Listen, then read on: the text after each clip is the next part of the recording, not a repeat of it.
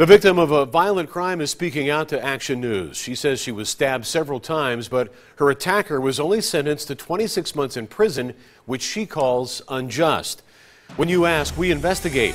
Contact 13 investigative reporter Stephanie Zeppelin is live at the Regional Justice Center with more on this case. Stephanie.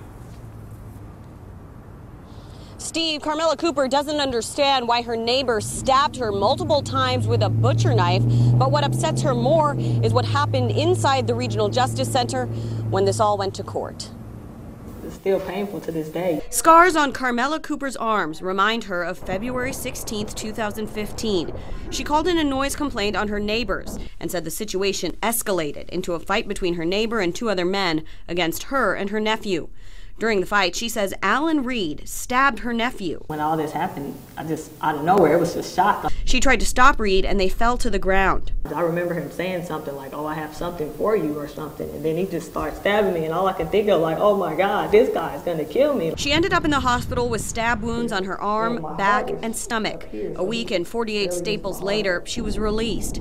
But the pain continued in court. What really hurt me the most is that, you know, the district attorney, she just justified his actions like, you know, when he was intoxicated. I don't believe he had an intent to kill you, but I believe that he had an intent, you know, to cause harm. Cooper disagrees. She thinks Reed tried to murder her and wants the charges and the punishment to reflect that.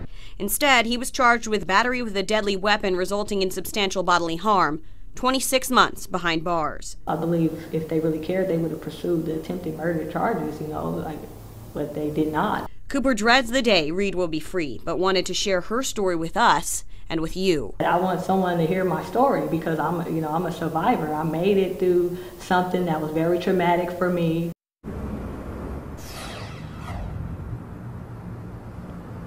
We called the district attorney who worked on this case to ask for more information about those charges. They did not call us back before news time, but we will follow up. We got this idea straight from Carmela Cooper. If you have something like this or something else you want us to investigate, send us an email. It's 13investigates@ktnv.com. Be sure to include your phone number. Live at the Regional Justice Center, Stephanie Zeppelin, Channel 13 Action News.